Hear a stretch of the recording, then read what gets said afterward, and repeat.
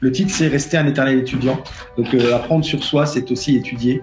Parce qu'on oublie souvent cette étude-là. Hein, on va apprendre des choses extérieures, mais sur soi, on oublie d'apprendre. Mais nous, là, on a appris sur nous. On a été des étudiants de notre corps, de comment on se ressentait, de comment on se sentait.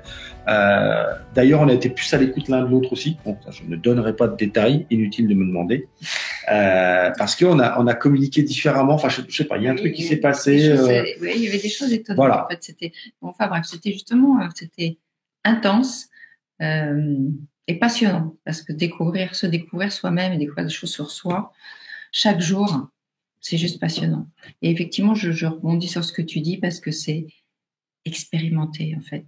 Expérimenter dans son corps, expérimenter les choses plutôt que de les apprendre là, c'est bien, mais il faut tout de suite les expérimenter, les mettre en pratique et les expérimenter. Et puis il y avait aussi en fait ce regard, on était un groupe une trentaine d'entrepreneurs, plus des conjoints d'enfants, donc on était une cinquantaine au total à se retrouver dans cet espace-là. Et c'est étonnant, comme on le savait, mais là ça a été très fort, comme le groupe est puissant. Comme les expériences de groupe sont puissantes en fait, quand on a des effets miroirs partout. Et toutes nos actions, toi tu parlais d'impact au début, effectivement, notre impact, la façon dont on est perçu, la façon dont on se comporte et on se regarde par rapport à quelqu'un. Moi, je me comparais par rapport à des personnes.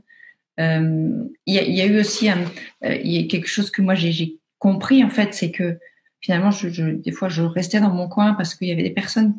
J'osais pas aller les voir. Il y avait quelque chose qui m'impressionnait parce que moi, dans ma tête à moi, je les plaçais sur un niveau, peu importe, mais que j'imaginais au-dessus de moi, ce qui veut rien dire, mais que c'était ma croyance.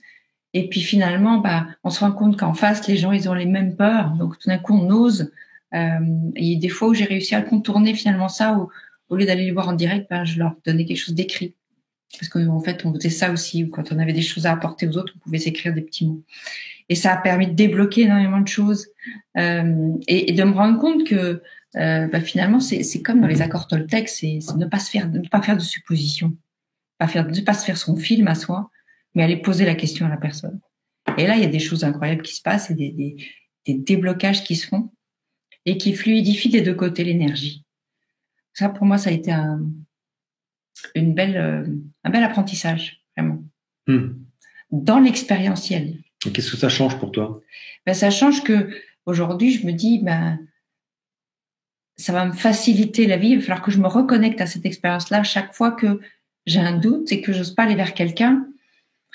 Me dire, ça se trouve, il ose pas aller vers moi, il a des choses à me demander, et on se rend compte qu'on est deux humains l'un en face de l'autre. Donc, ça va m'aider à regarder ces situations-là autrement et pouvoir aller demander de l'aide ou pouvoir aller juste contacter les gens plus facilement. C'est vrai. Voilà.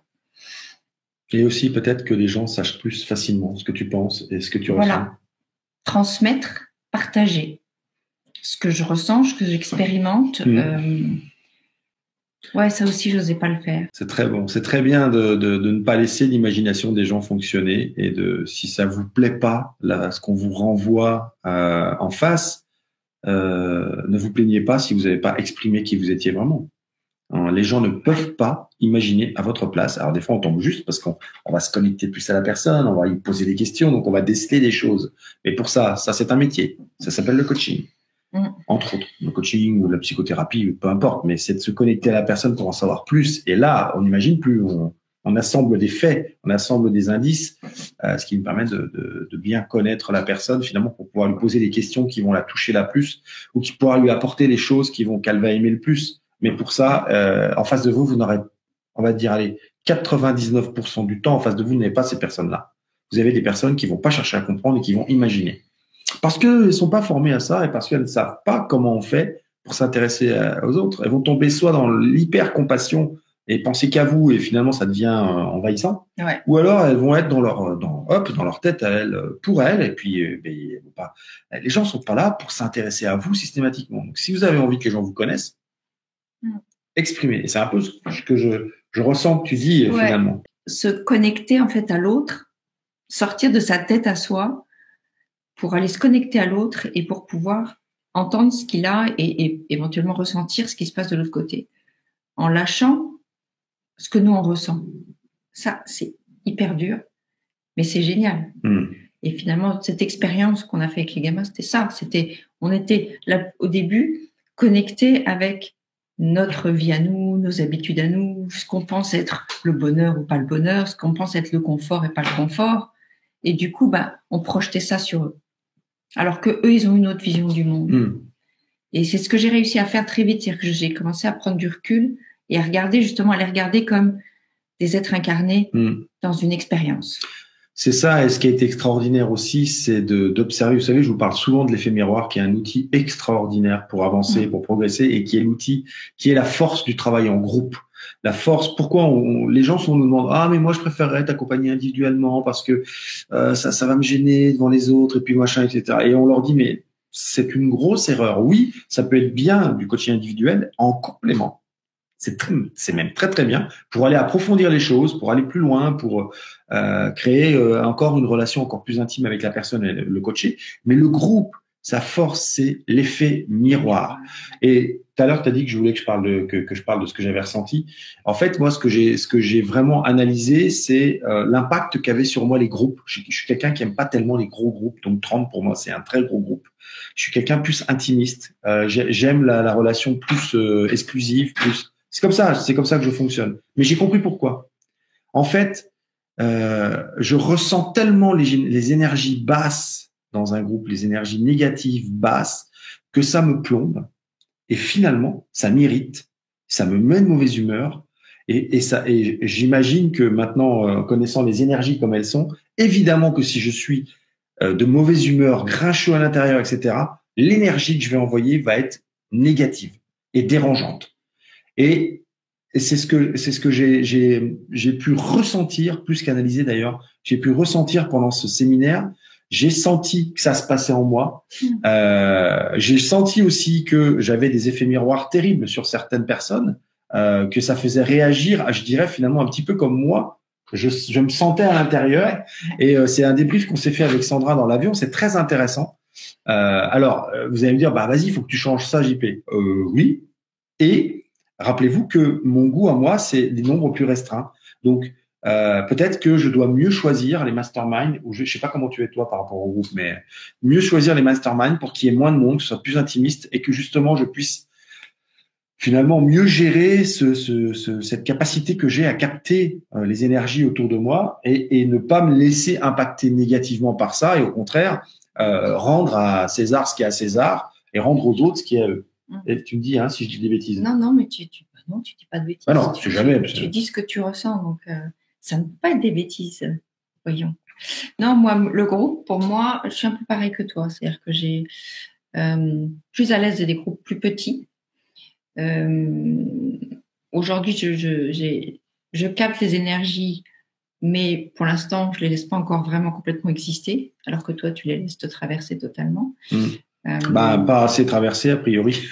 Il y en a qui s'arrêtent, prennent un ticket, qui se mettent. Non, je pense que elle s'arrête. C'est pas qu'elle s'arrête, c'est qu'elle vient toquer une porte. Elle m'impacte. Elle t'impacte parce qu'elle vient de réveiller un truc chez toi qui est là sur le passage. Mais et c'est là où c'est intéressant, c'est qu'on peut apprendre justement à changer finalement une énergie qui nous paraît un peu basse. On peut se connecter aux énergies hautes pour essayer de voir comment avoir une info pour savoir comment on peut changer ça. Par exemple, dans un groupe où si on sent que l'énergie est basse globalement, on peut imaginer de se connecter aux énergies hautes et leur demander d'aider à nous faire changer de position et voir ce qu'il y a à faire. Voilà, dans le ressenti. Quand vous sentez que vous êtes équilibré dans votre comportement, parce qu'il y a des fois où effectivement je sais que je suis pas forcément équilibré dans mes comportements, que j'ai tendance peut-être à être excessif dans certains domaines, mais là, pour le coup, sur ce séminaire-là, je sais que j'étais équilibré. Pourquoi ? Parce que je viens de perdre 20 kilos, donc je me sens mieux dans mes baskets, mieux dans mon corps, mieux dans mon énergie, etc. Donc je sais pertinemment que j'ai été vraiment équilibré dans mes comportements et que je n'ai pas été dans mes excès habituels. Donc du coup, ce que ça m'apprend encore plus, et je l'ancre encore plus, ces effets miroirs, c'est que les réactions des gens en face ne m'appartiennent pas. Elles leur appartiennent, elles parlent d'eux. Elles parlent de où est-ce qu'ils sont à ce moment-là, est-ce qu'ils sont capables d'intégrer et de ne pas intégrer. Donc ça aussi, d'ailleurs, j'ai pas réagi pendant ce séminaire, donc je l'avais compris ça. Je suis reconnectée à ma source, c'est-à-dire toujours revenir à la base quand vous faites quelque chose, c'est faire les choses qui vous font plaisir. Et que nous, en fait, on a assumé officiellement là que ce qu'on aimait justement, c'était vous accompagner en profondeur, en petits groupes, en tout cas pas faire de la masse. Et on l'a juste, voilà, officialisé. On l'a juste mis dans l'espace, officialisé, et on le ressent, et ça nous fait du bien en fait, parce que c'est vraiment ça. Et c'est là où on se rend compte que c'est nous, notre nature, elle est là-dedans. Voilà. Donc ça, c'est important de se connecter à soi et de savoir de quoi on a besoin, de quoi on a envie. Quelle est l'intention, et ainsi de suite. Merci. On a eu d'excellents retours aussi sur notre maison et beaucoup de gens voient beaucoup de potentiel dans le fait qu'on accueille les gens dans un cadre pareil. Donc on le redit pour ceux qui aimeraient venir voir le cadre en plus et travailler sur eux en même temps.